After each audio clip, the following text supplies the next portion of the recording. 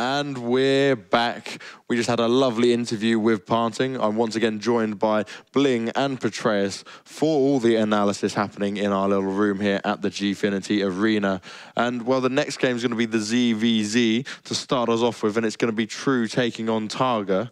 Now, could be mixed messages on this game. Bling didn't want to call it, didn't want to say what we were going to see. Petraeus, you're in between at the moment, maybe edging for the Koreans there. We're going to have to see how it plays out. Now, we've got the map pool. The vetoes have been done. So first of all, we're going to see Overgrowth. Then we're going to see Expedition. And if needed, we will see Vanny as well. So they're the three map pools choices we've got. Thoughts on that? Well, they're all two-player maps. So I guess they all just wanted to play as safe as possible. I'm not sure. I mean, generally, when a player vetoes a 4-player or 3-player map, especially in ZVZ, there can be a lot of variance in terms of early game scouting. So eliminating those takes that out of the equation. Secret Spring, no one really likes that anyway. Yeah, those are basically the most standard maps you can possibly have. I mean, Overgrowth and Expedition, literally anything can happen. Vani is the only one that kind of changes it up, specifically in ZVZ. Because you have that in-base expansion, Gasless can be very good. There's also the fact that if you open pool first, you can't scout the main with the first Overlord, which is the only 2-player map where that actually happens. Oh, wow. Although, no, that's not true, but you can't go into the base. Like on most maps, you have the expansion, so that's where the Overlord comes in. The main is basically in the same position as that would be. But yeah, the Queen comes out if it's pulled first. So yeah, other than that, it's hard to say just talking about the maps. Well, I think realistically, going into this is going to be such a pivotal game for both players. They're going to be under quite a bit of stress and pressure right now. Obviously, Bling, you weren't sure on which way it was going to go. If you had to give it a choice, what are you going to be rooting for? Well, I'm rooting for TargA. I think you are too, right? I think now's your moment to kind of big up TargA a little bit. Yeah, save my face a little bit here. Yeah, I'm rooting for TargA. I hope you can do it. The maps seem pretty good.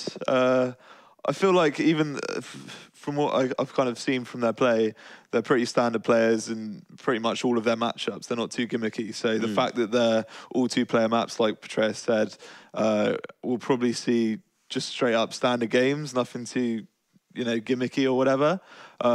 Obviously a lot of roaches, but yeah, I think that hopefully that should help TargA a lot more. I feel like just going from the games that we've kind of seen, obviously I didn't manage to watch the series against Snoot yesterday, but it was close, so I don't know, I'll just go by that. He played pretty well because Snoot's good.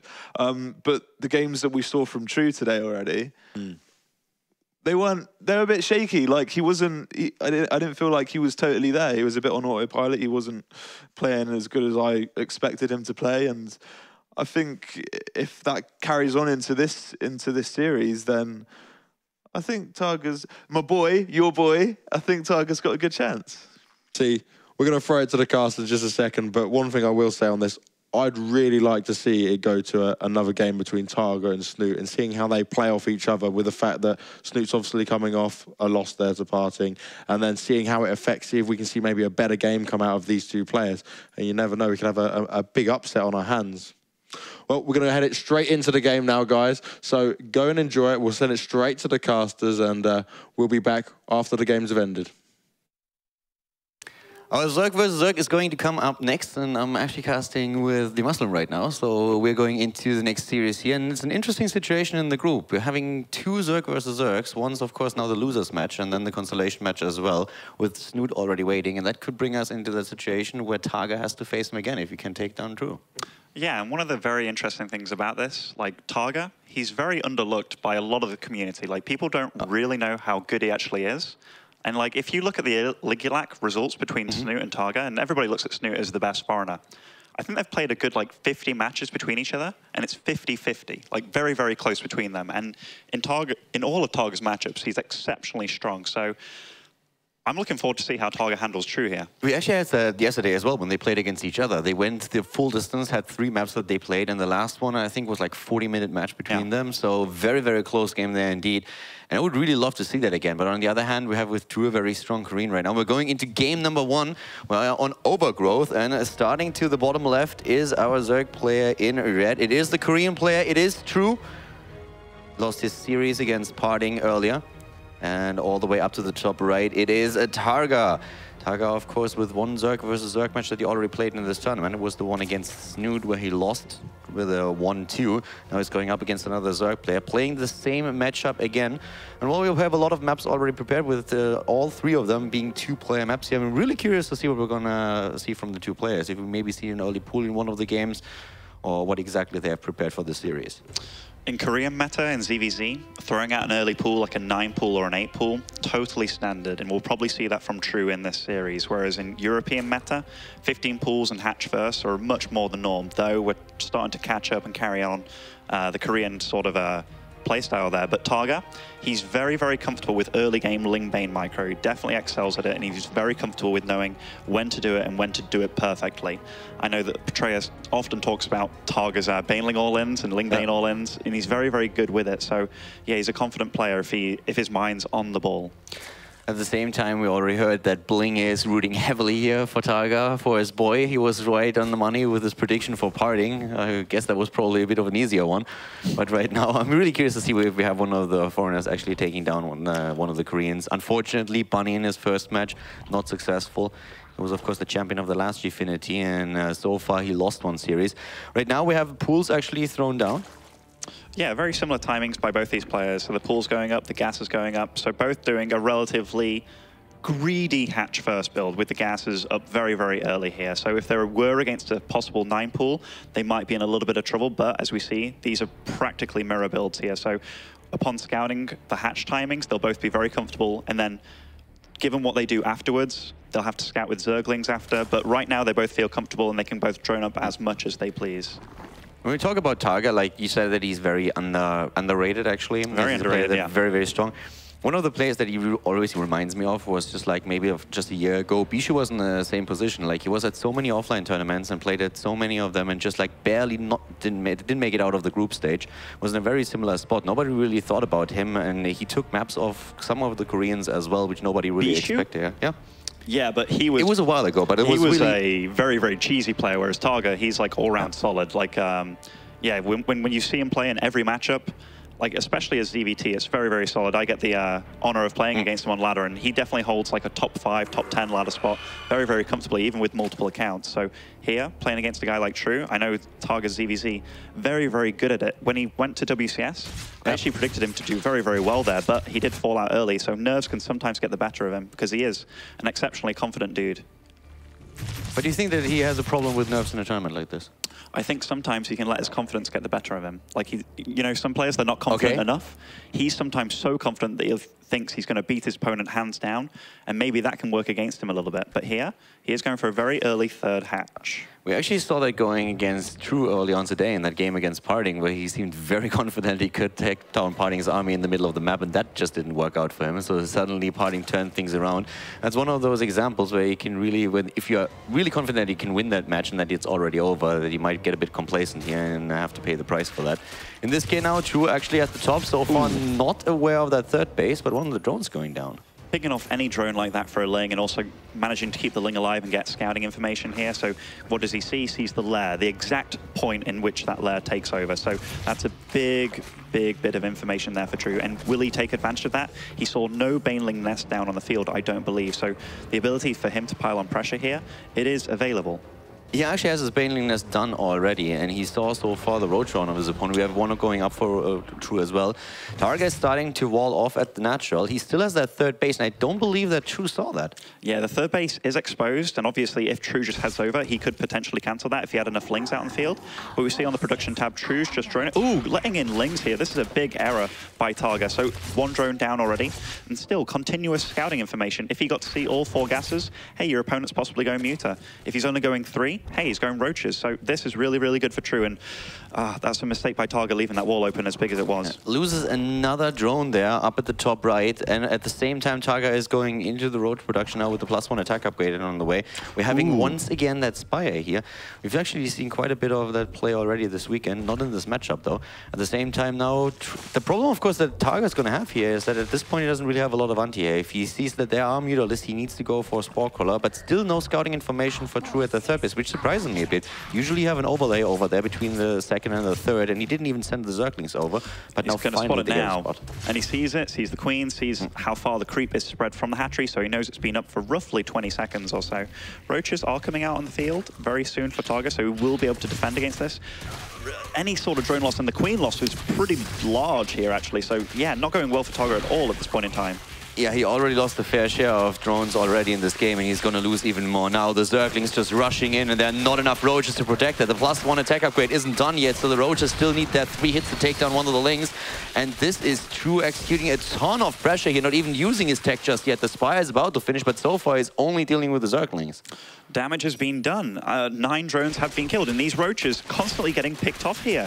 And this is only wave 1 of True's attack. The Mutas are going to be out on the field pretty soon. They are starting production now, and there's no Spore Crawlers. There's very few queens out on the field, and man, this is a nightmare for TargA right now. Yeah, this is absolutely brutal. He loses the second queen, lost so many of the roaches already. That +1 attack upgrade is, of course, amazing. If you have it, you suddenly have a really awesome weapon against the Zerglings, but so far, that didn't come into play, so he lost way too much. And as he said, I mean, the mutalisks aren't even there yet. And despite that very early lair by TargA, the roach speed has only just been started. So these roaches making a pilgrimage across the map. Look, his third is going to be denied here. Yes, there's a random queen on the map here, but mutas are going to start picking off those roaches in the middle map. And given that they're so slow, they can't do anything. So he's losing his third and losing his roaches on the map. This is terrible, terrible for TargA. And True has a third base already. That's where the roaches are headed, but they are just losing against the mutalisks, against the Zerglings that are rushing in now.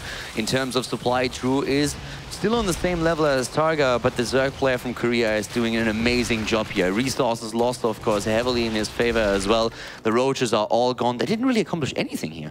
No, I mean, they bought time so he could get Spore Crawlers up in his base and I guess a few extra queens and such, but right now, TargA's just trying to buy time with these roaches, but to what end? Your opponent's going to switch in fact, True isn't switching into roaches, he's just making more and more lings, more and more mutas, so he's going to go for a killing blow pretty soon. And these roaches are basically just donations and nothing else. They don't get any counter value. The Zerglings at the top see that they attempt to take the third base once again, but lings rushing in everywhere, going straight for the queens. Now there's not a lot of energy on the queens to go for another transfuse. Queen number 1, 2, and 3 die. The fourth one biting the dust too, and the rest of the roaches won't be enough to stop this. Army supply 53 against 40. The roaches down to the bottom right, only occupying the mutas for a bit, but this third base has to be cancelled, and this is a nightmare for TargA. Third's cancelled again. True just popped out a good 14 drones, so 58 workers against the 40 of his opponent. He's got map control, he's got extra bases, he's got the potential, in fact, an infestation pit, so probably heading into Swarm Host after this muta, so really solidifying his position here. And these roaches, yeah, they're going to march across the map and they might do something against the lings, but when True's got just a few mutas left behind too, these roaches inevitably, they're going to die. Yeah, and especially since we saw True already moving back with the rest of his mutalisks as well, not only the reinforcements, and he takes those roaches out easily. Roach with the +1 attack upgrade at this point, of course, pretty decent against the Zerglings, but against the mutalisks, they just don't call a candle here. The third base is still not up. He doesn't even build one. We have True mining from 3 bases, getting his upgrades, his tech. He's in an amazing spot to take a lead in this best-of-3 series. Yeah, he's doing really well holding off these roaches, and these roaches, TargA can't really do anything with them. And I mean, what can he do? If he keeps them at his base, they're just going to defend against lings, which, again, if you give your opponent time, it's just going to drone up. We have spine crawlers on the field for True. We have Swarm Hosts in production with Locust upgrades. And TargA can't even hold off, can't deal with the mutas, never mind the Swarm Hosts that are inevitably going to come. Man, such a nightmare situation for TargA, and you see the frustration on his face. And GG. Yeah, GG already called. True doesn't even have to go into the Swarm Host. He was preparing that next step. But that went south very, very fast. TargA definitely not happy with his first game. No, like even right from the get-go, the lings getting in and dealing a little bit of damage for True, picked off a few drones here and there. But the real thing where it started to spiral out of control is where the lings got into the third base, just started killing the drones, then killing the roaches, as the roaches trickled out one by one. And TargA needed to trickle out those roaches because otherwise his third dies. So True put him in a really negative situation there. But True could afford to build all those lings because he didn't see a baneling nest. So there's no worry for him whatsoever. So True made very, very good calls there. And TargA just unfortunately fell behind. Yeah. And that, of course, comes down to the scouting information that True got once again. TargA was trying to just wall completely his main base in the natural off, but the Lynx got in, like, I think 2 or 3 times even. At first, the 2 Lynx that even got a drone kill, and then later on, he snuck 4 of them into the main base of his opponent. Sees there's no baning nest, gets the drone kills. And for TargA, definitely a bad start into the best of 3 series. Do you think he can bounce back from something like that?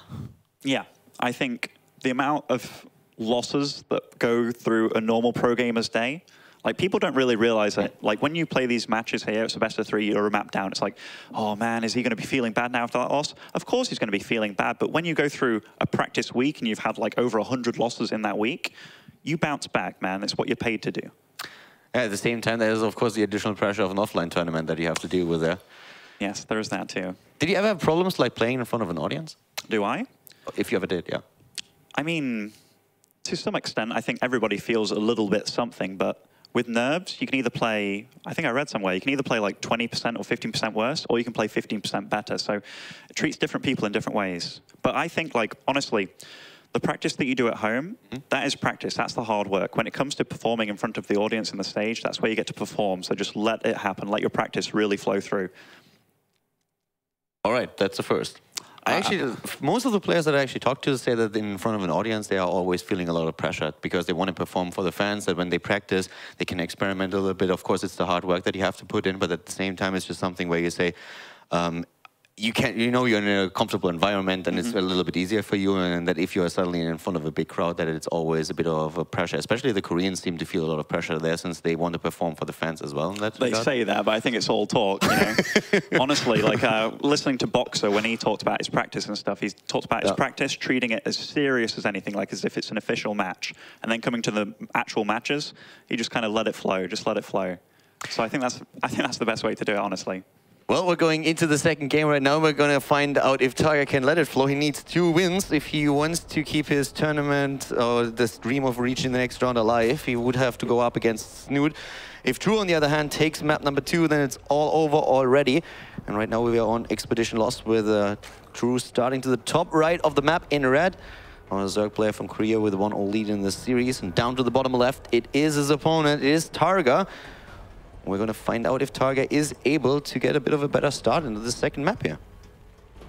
Certainly. One thing to note about Expedition Lost almost immediately, you have back rocks in your base. In ZVZ, can you make the most of that early on?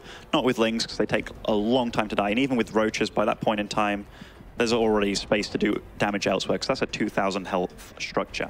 But mining on this map, it's far worse, like just initially. So I'm kind of surprised that we didn't see an early pull from either of these, because if you go for a 15 hatch, you get your 15 hatch up much later just because of how the minerals are laid out in the main base. So your hatch actually gets up quite a little bit later than it should. And here, we have a safe pull for True. So possibly anticipating, in fact, safe pull by both of them. So I think both possibly anticipating the fact that the minerals are so bad, that if their opponent did go for a 9 pull, given that it's good on this map because the hatch is that much later, that they would have possibly just won the game outright. Yeah, the one thing that they're of course going to find out about that really soon, since the second Overlord is going to come into vision in just a spot. We have for now also, I mean, do you think that one of the players would have really gone for aggression here? We've been talking a bit about like TargA playing it safe, TargA being the more like the more standard player, but of course early pulls, especially for the Koreans, are a little bit more common in the situation where you have a 1-0 lead.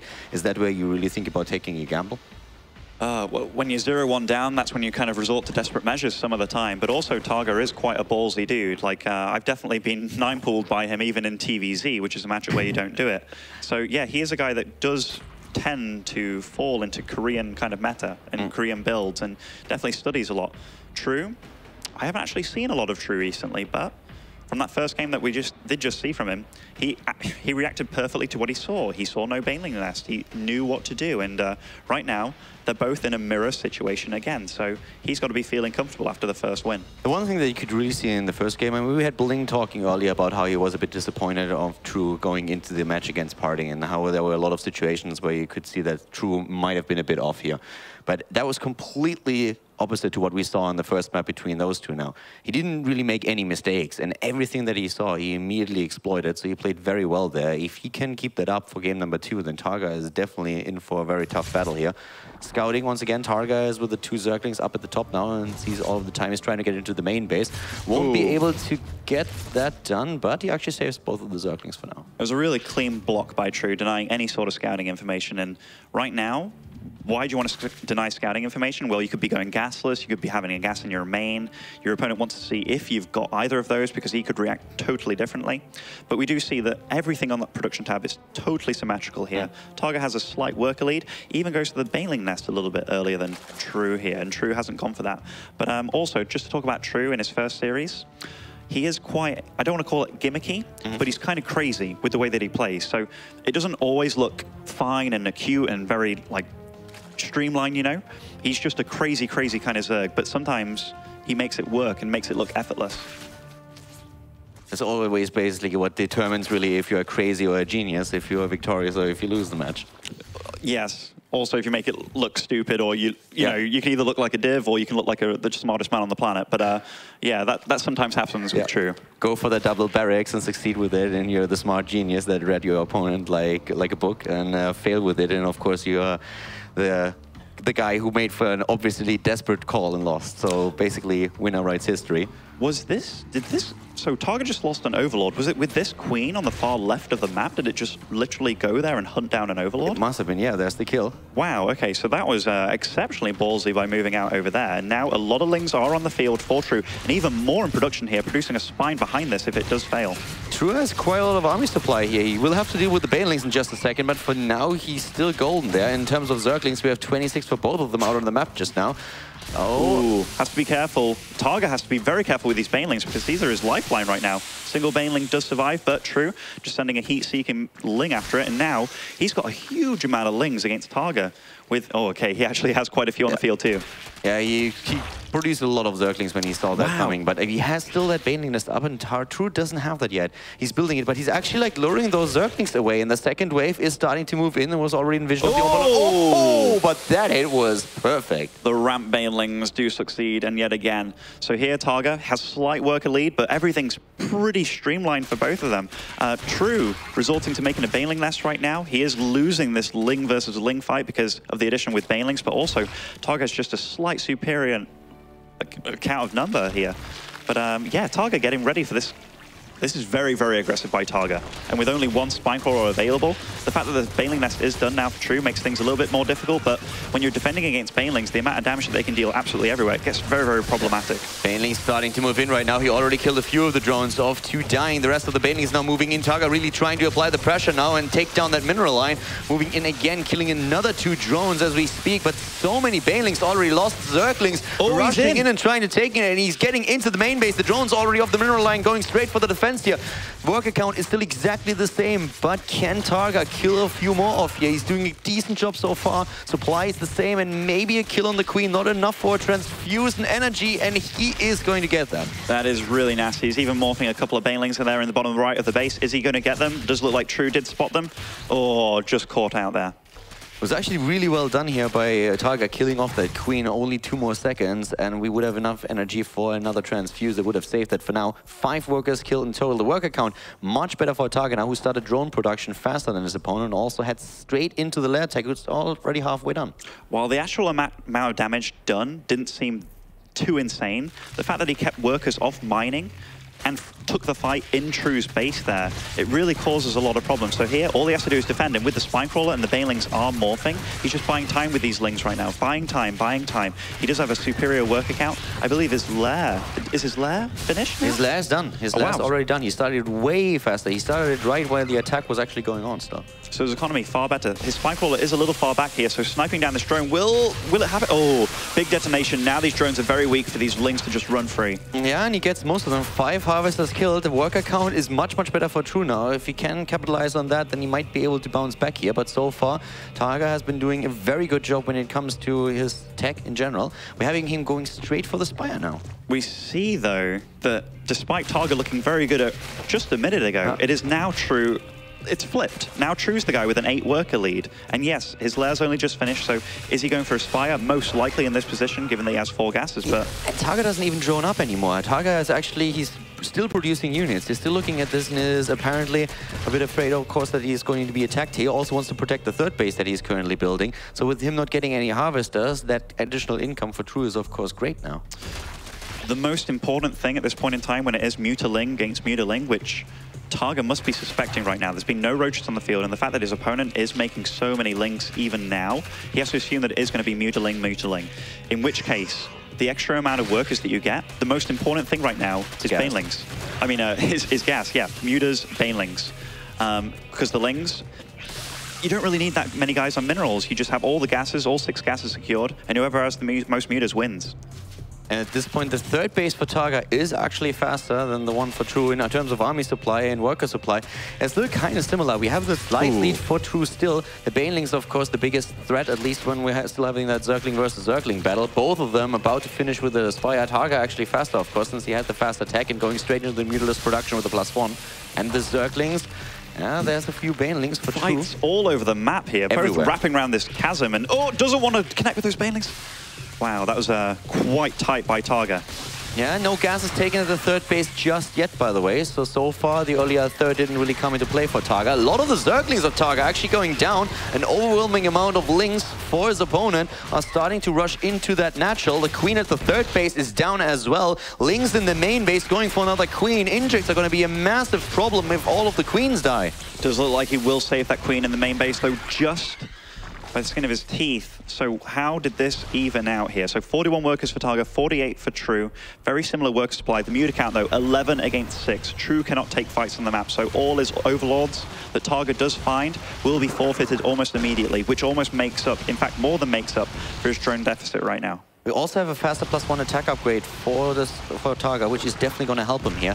But a lot more Mutalisks are currently being built by his opponent. Oh, and again, Lings in the mineral line, taking down 2 of the harvesters. And this is starting to become a pretty dangerous theme. A Queen dies as well.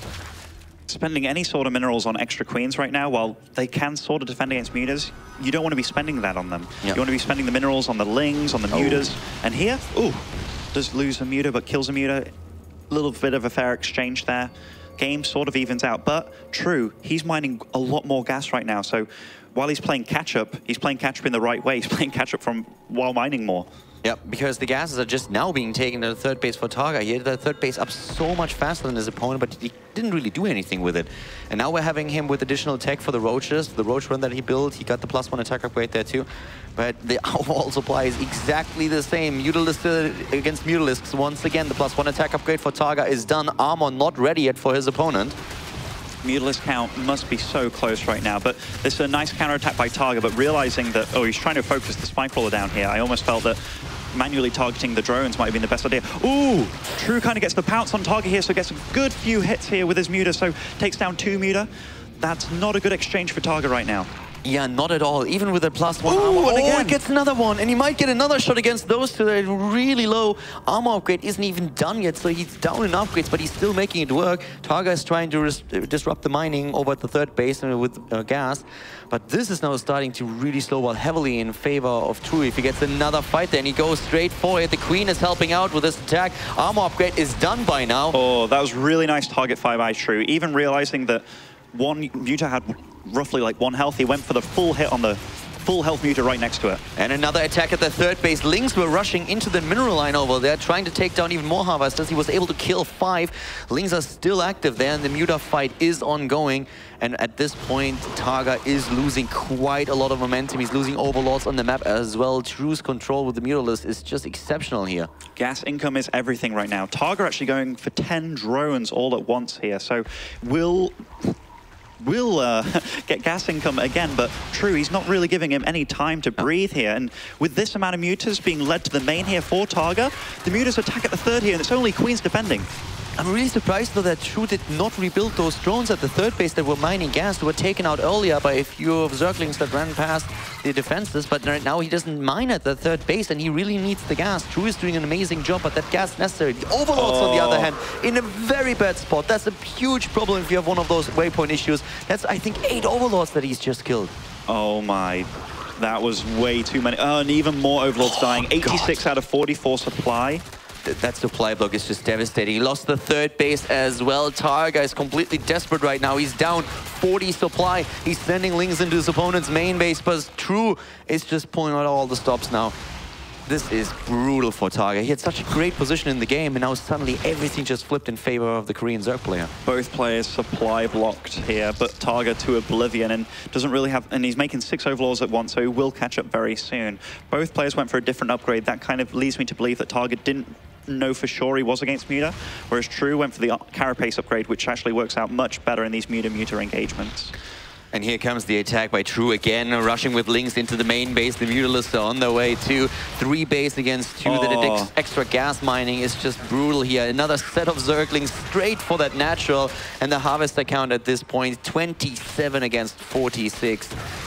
This is looking extremely bad for TargA. True is picking TargA apart at this point in time. 123 supply against 73, still managing to find Overlords randomly on the map here. His third base is mining now, it's getting the gas income. His Muta count is greater. You may ask yourself, why doesn't True just fly in and kill TargA right now? Well, Spore Crawlers do a great job of fending off Muta, so...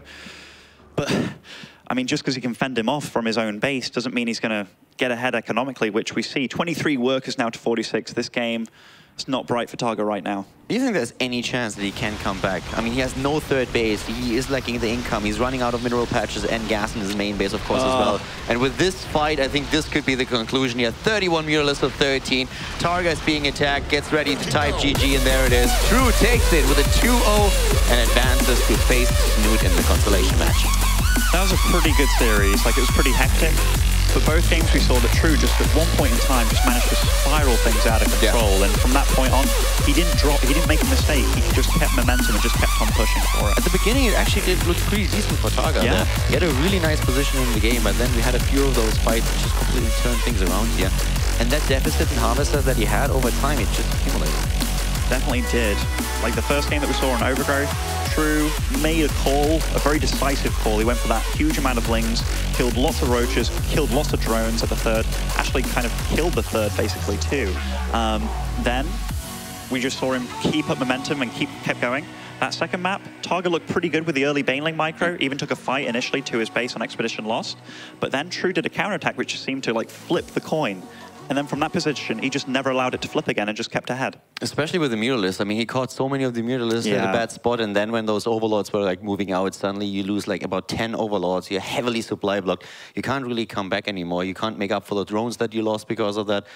Really bad spot there for TargA. He loses it, is now out of the tournament, of course, and True is going to face Snoot in the next game. But of course, we're going to throw it over to Banks and the boys to hear what our analysis and especially Betrayers have to say about the last best of 3 series.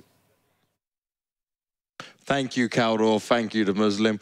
So, obviously, TargA now goes out 2-0. Let's hope he doesn't take his anger out on me for my previous mishaps with avoiding that game. But that's what I wanted to see, man. I wanted to see TargA just like slam down, get the anger. Yeah, that would have been cool to see.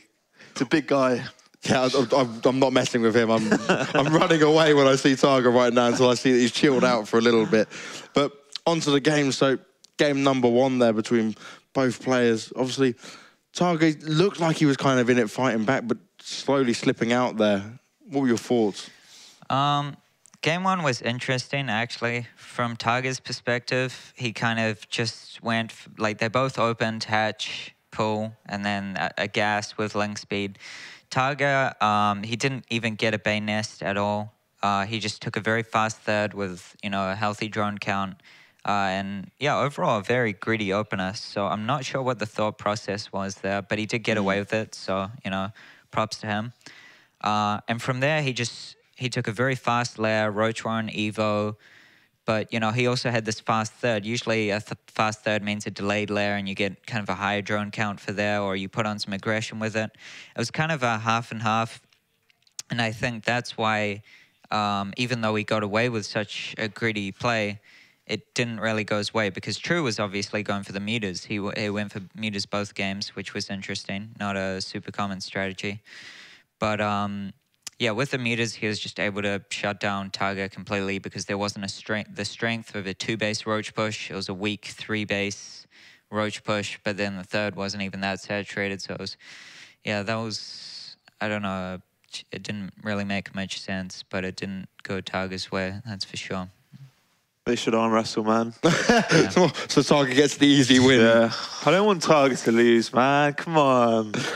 You can't just force it. The game was played. It's like, okay, we played Starcraft. Now, for the third and final time, we're going to go into a arm wrestle and then see who wins. I think the Koreans... Yeah, fair fight.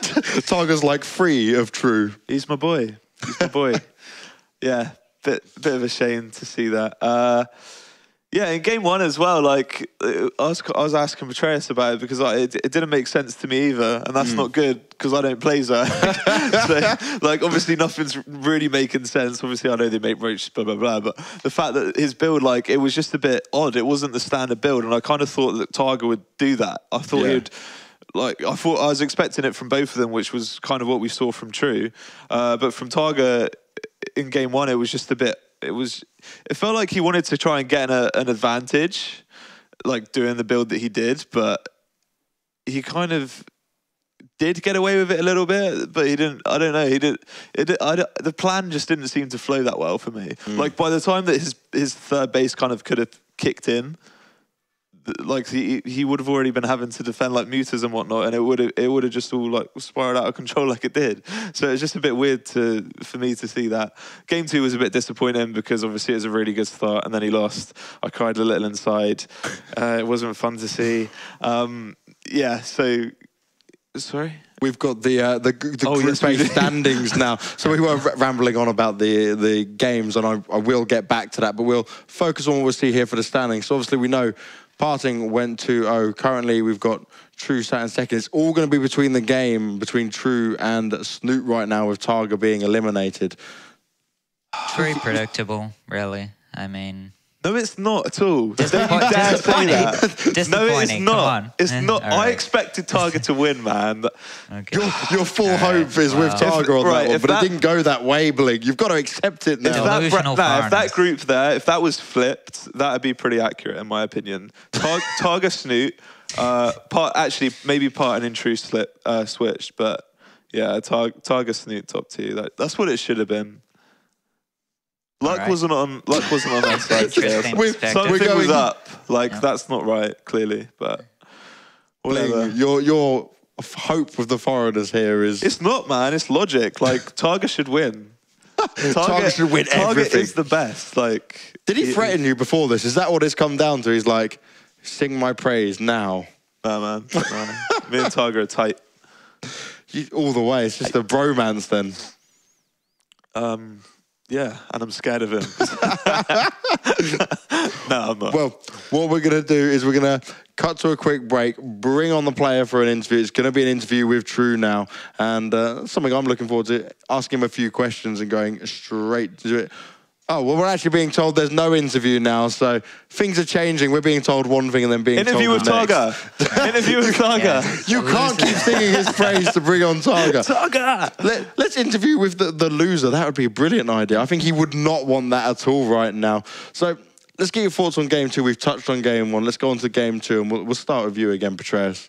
Okay. Yeah, game 2 was...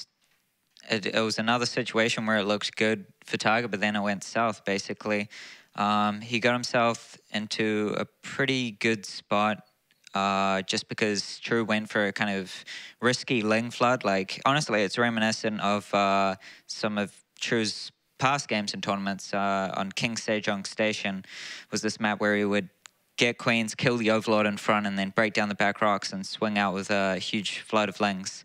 And there's no back rocks that he broke down this game, but he did kill the Overlord, and then he tried to get Lings around, but it didn't work. So he did fall behind. But the issue there was that even though TargA had a faster third, he had a faster Spire compared to True's, he had no idea that True was actually going mutas himself because everything was so late. It didn't really make sense, I suppose.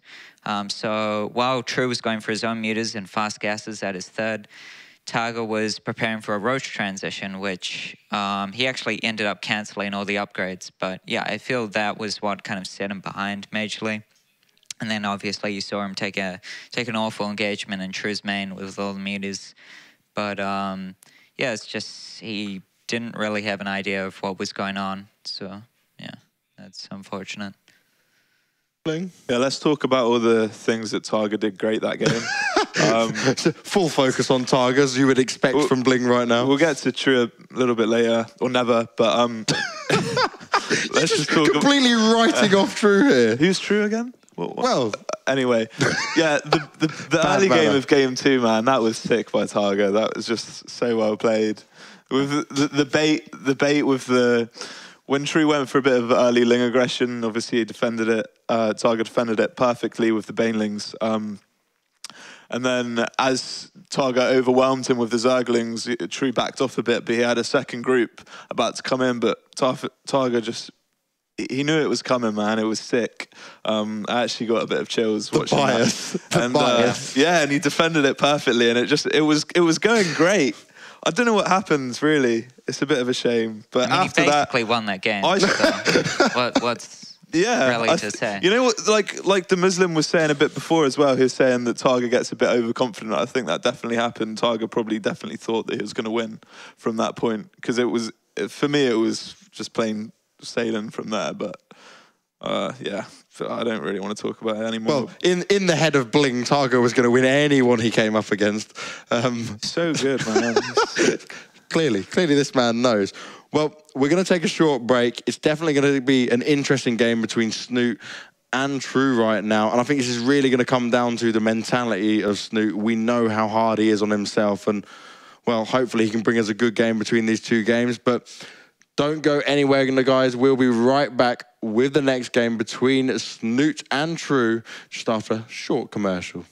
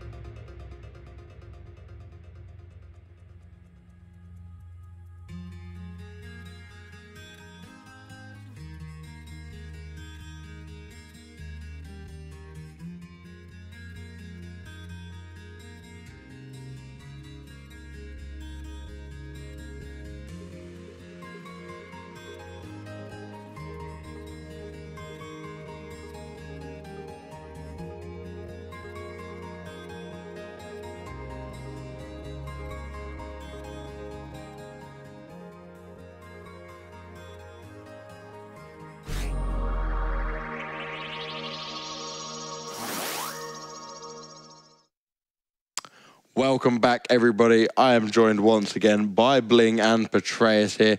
We're going to be seeing Snoot taking on True. It's going to be a very interesting game. Now, we know the maps, and I'll do a quick rundown of that for everybody.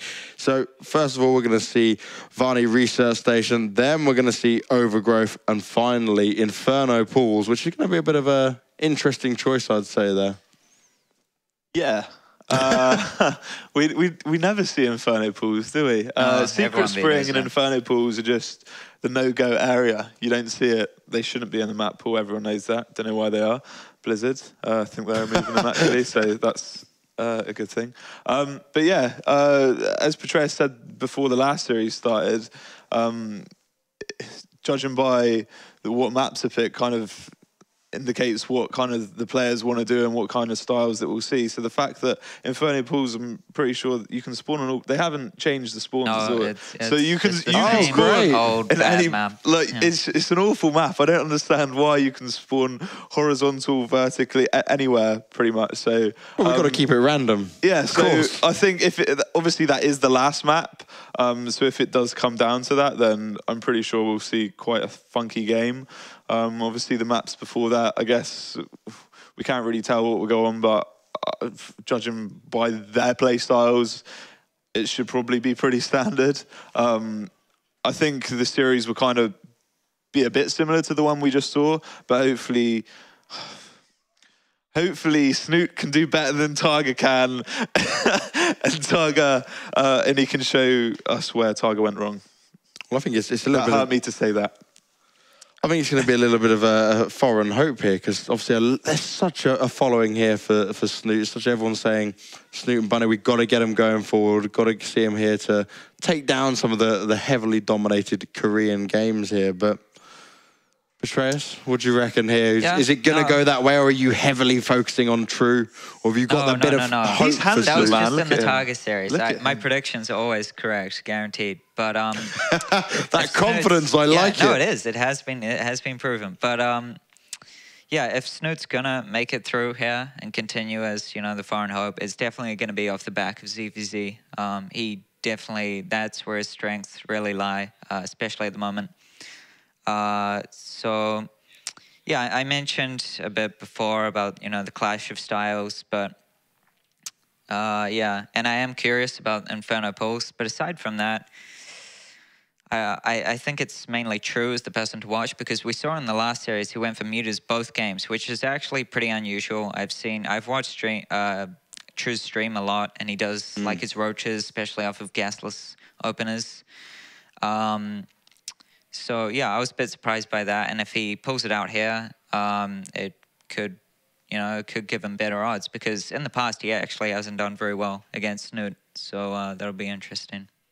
Well, surely we've got to have some of the hope here on Snoot, because TargA's probably in his ear and saying, "Get some revenge for me, make it happen, make it work." And well, I'm going to be interested to see if True can pull this out in the bag. My money's going to be on Snoot right now, and well, it's going to be it's always going to be a difficult game between two players like this. And if we're going on stat-wise, I'm going to be saying it's going to go to Snoot, but we are going to throw over to the casters right now. Going to see a great game here for the final game to decide who's going to go through. Snoot, he's got to pull it together. He's got to stay motivated in this game. Can't let his head be taken out of it. And, well, we're going to throw over to the casters right now for the great game.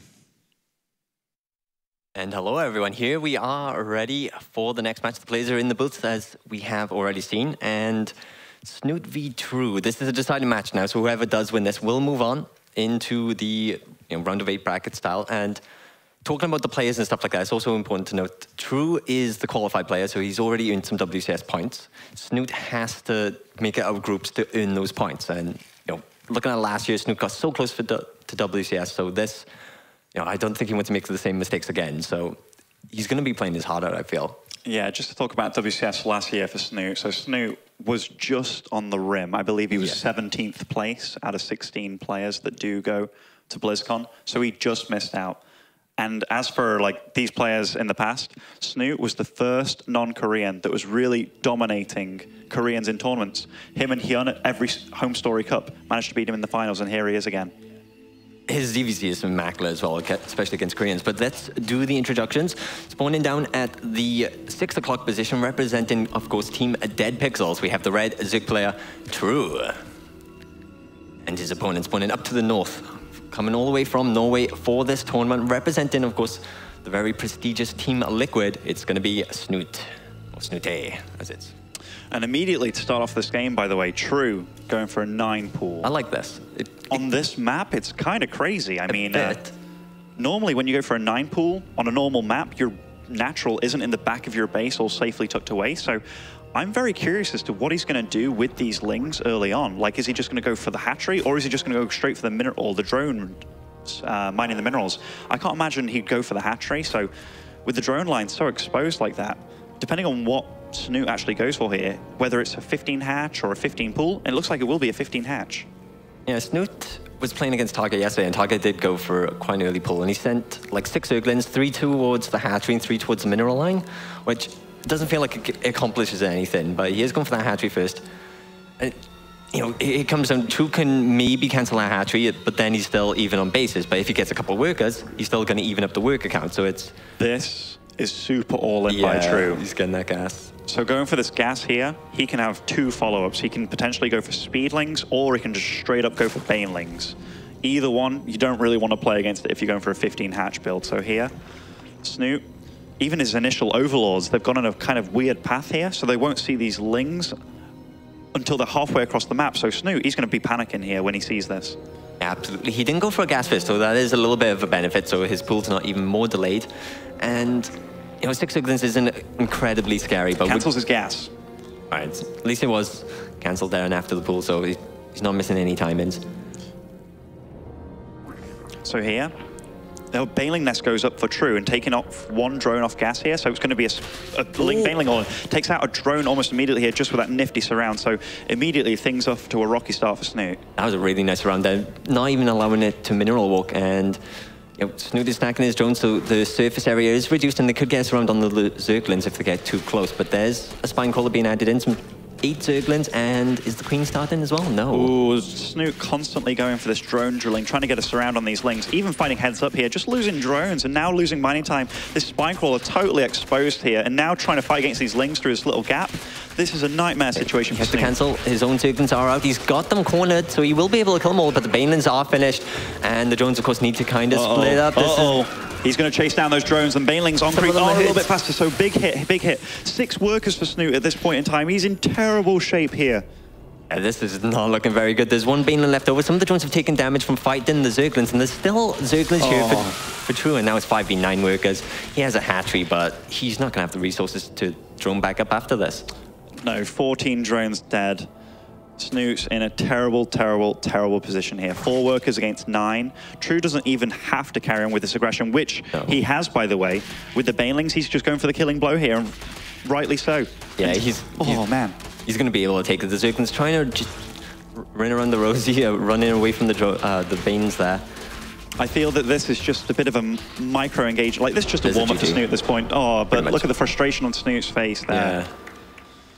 I mean, that's a tough loss. That was a straight-up build order loss. And True, we did talk about in the previous series that these Koreans, they can resort to crazy builds like this. And Snoot, he's a very safe player, but wasn't safe enough. And here, you see that it's really hitting him now.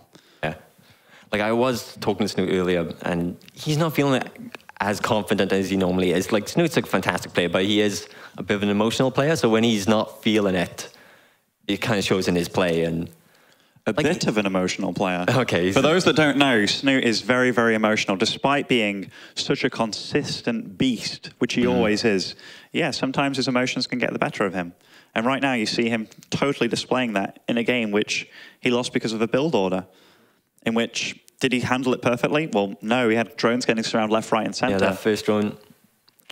But we'll see what happens. Of course, Snoot is the type of player that can pull this back and win the 2 next games, especially like when it comes to ZVZ. Like against Koreans, he's had pretty good results. Like you were talking about Hyun, like he's always had Hyun's number. He's never pretty much lost to Hyun. Like, you know, a couple games now and then, like DreamHacks, but overall, his ZVZ is immaculate normally.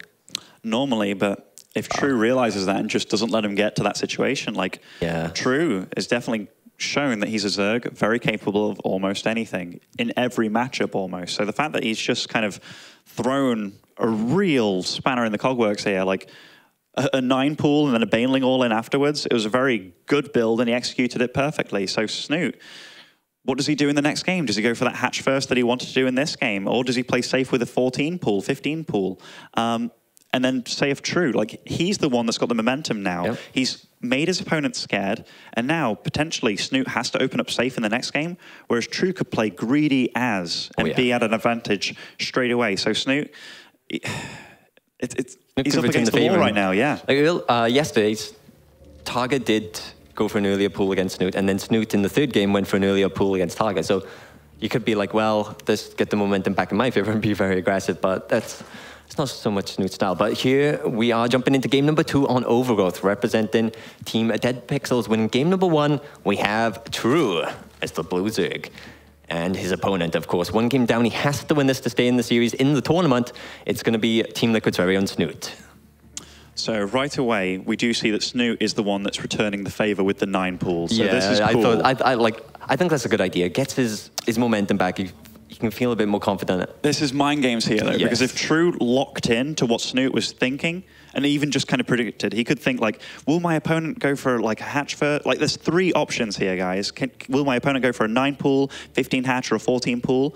If True just decides to play safe now because he's already 1-0 up, that'd be the correct move. But maybe he's anticipating the fact that his opponent might be playing safe, given that you already got 9 pooled.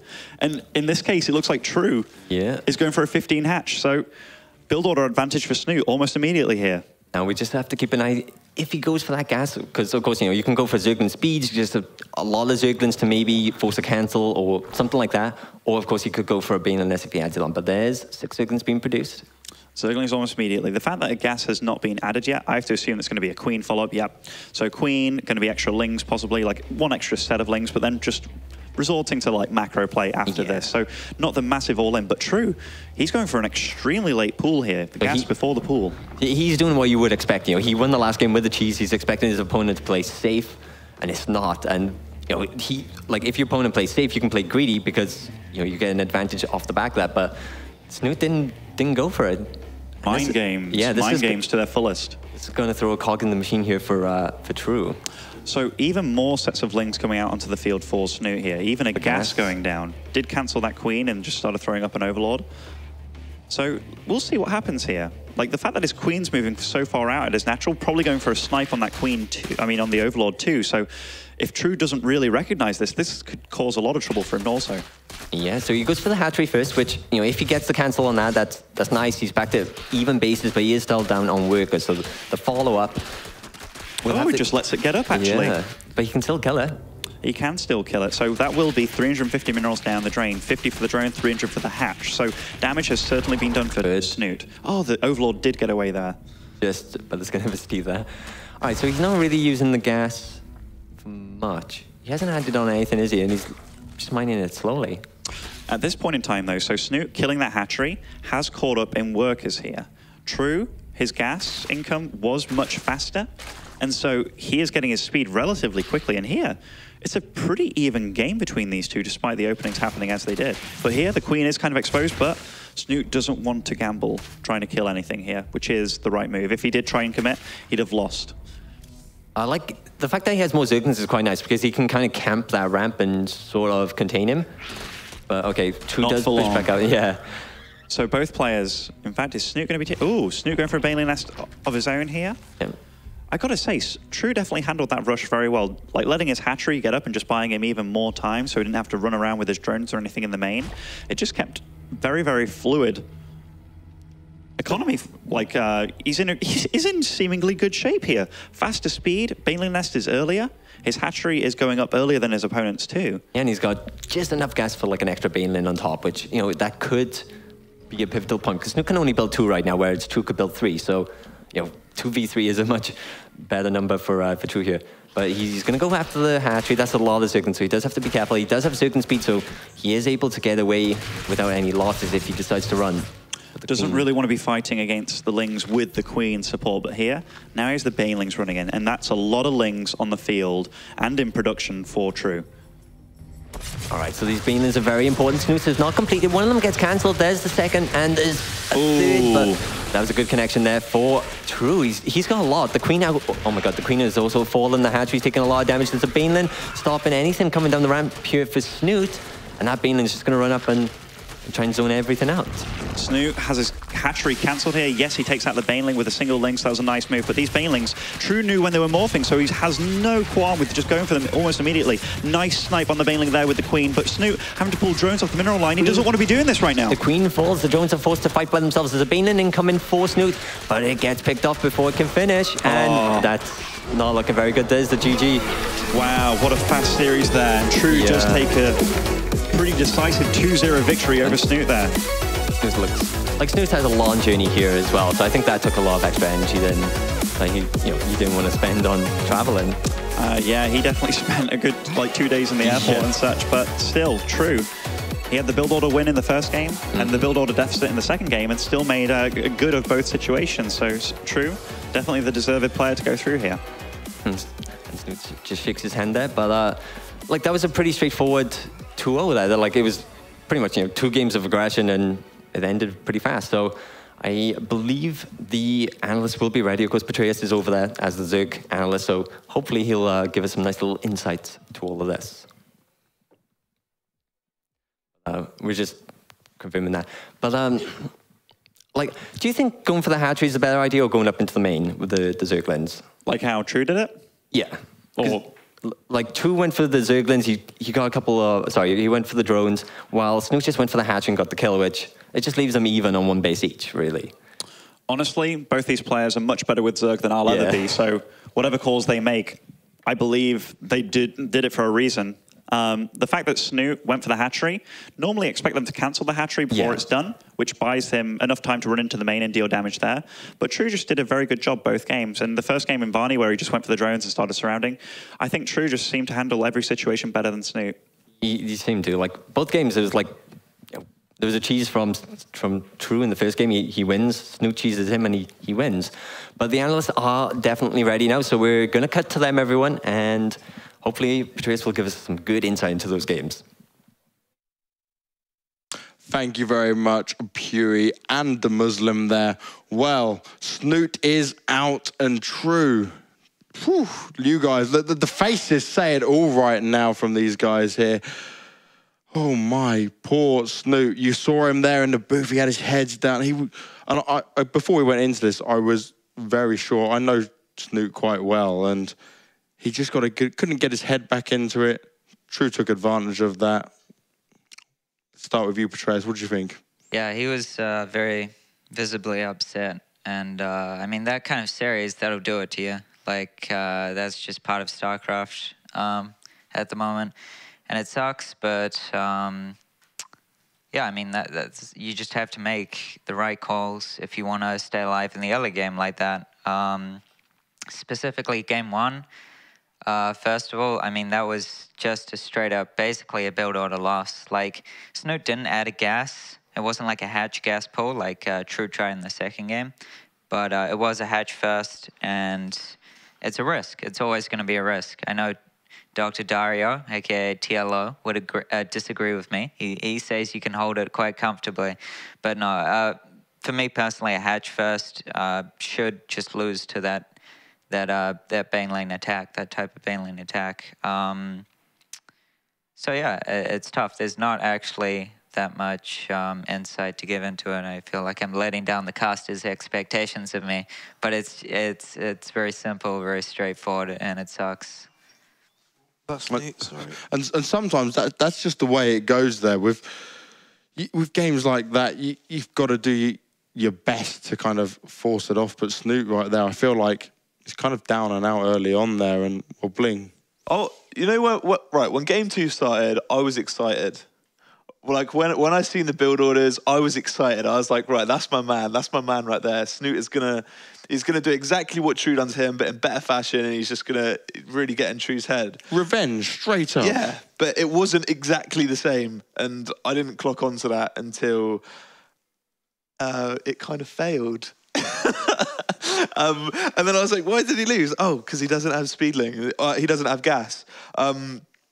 And yeah, that kind of disappointed me a little bit, because I feel like if he did go for that gas, he probably would have had a much better chance at winning that game, and obviously it resulted in him losing it. Obviously, I don't know the correct decision that should have been made. I feel like he probably made the best out of the situation that he was put in. But overall, I feel like even though Snoot did lose 2-0, I feel like just his journey to this tournament in general, I don't feel like he can be too hard on himself, because it's going to take a lot out of you. Like yeah, let's just talk about that, because that most players, like no disrespect to the players that pulled out because they were sick, because if you're sick, and you don't want to play and perform because you're not going to show your best games. But the fact that Snoot couldn't get his flight, so he took a train to Stockholm to somewhere else, then got another flight the next day, so he's already traveling all night, and then just to make it here, like props to him, man. That takes a lot to actually want to be able to go through all of that and then still want to try and play. I mean, yeah, props to him, and that it really does show why he's seen as one of the best players, or if not the best player in Europe. The fact that he, is willing to do all that stuff. So props to him. Sucks for him to lose. Sucks for him to see him lose. And yeah, but I guess obviously congrats to True. Well, congrats to him. Yeah, you sound very enthusiastic. Knocking out TargA and Snoot now. I'm not a happy boy. I'm not a happy boy. Everyone's doing their best here to wind you up, Bling. And, well, the best player won when it came down to it. When it came down to the map right now, that's what happens sometimes with StarCraft. Snoot's going to have to rethink it, come back, try again, but take nothing away from him there. We're going to be bringing True on now for an interview. Looking forward to another player interview here with True, but the Koreans advance through Group A. So don't go anywhere, guys. We'll be bringing on True for an interview very shortly.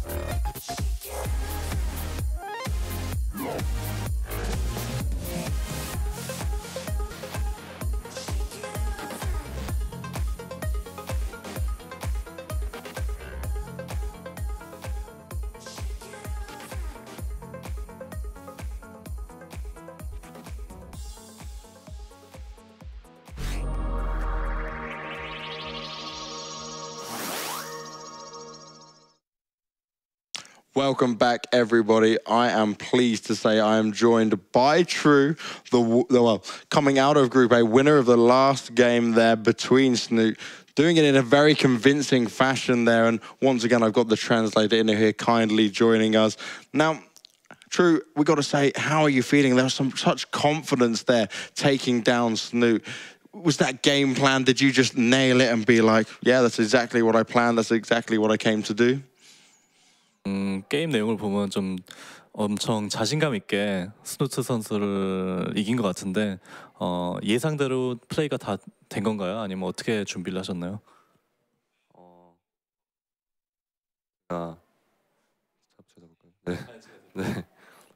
제가 원래 스누트 선수랑 제가 되게 많이 했는데 항상 결과가 안 좋았어요. 그래서 이번에는 스누트 선수가 초반 약점이 좀 있는 것 같아서 그거를 좀 파고든 것 같아요, 제가. 네. So normally, like when I played Snoot, I didn't have that good results. Like I lost a lot against Snoot, so I really prepared. Like I saw that his like early game is not really consistent. So I thought a very aggressive push build in the early game would be great against him. So yeah, that's basically what I prepared. Oh, well, good preparation is going to see you take down Snoot very convincingly there. Now, looking on to the other games here against, say, TargA, obviously there's a lot of Zerg prep going on for you right now, but did you have any worries going against TargA? 그럼 타가 선수 상대로서는 어떤 마인드로 게임에 임했는지?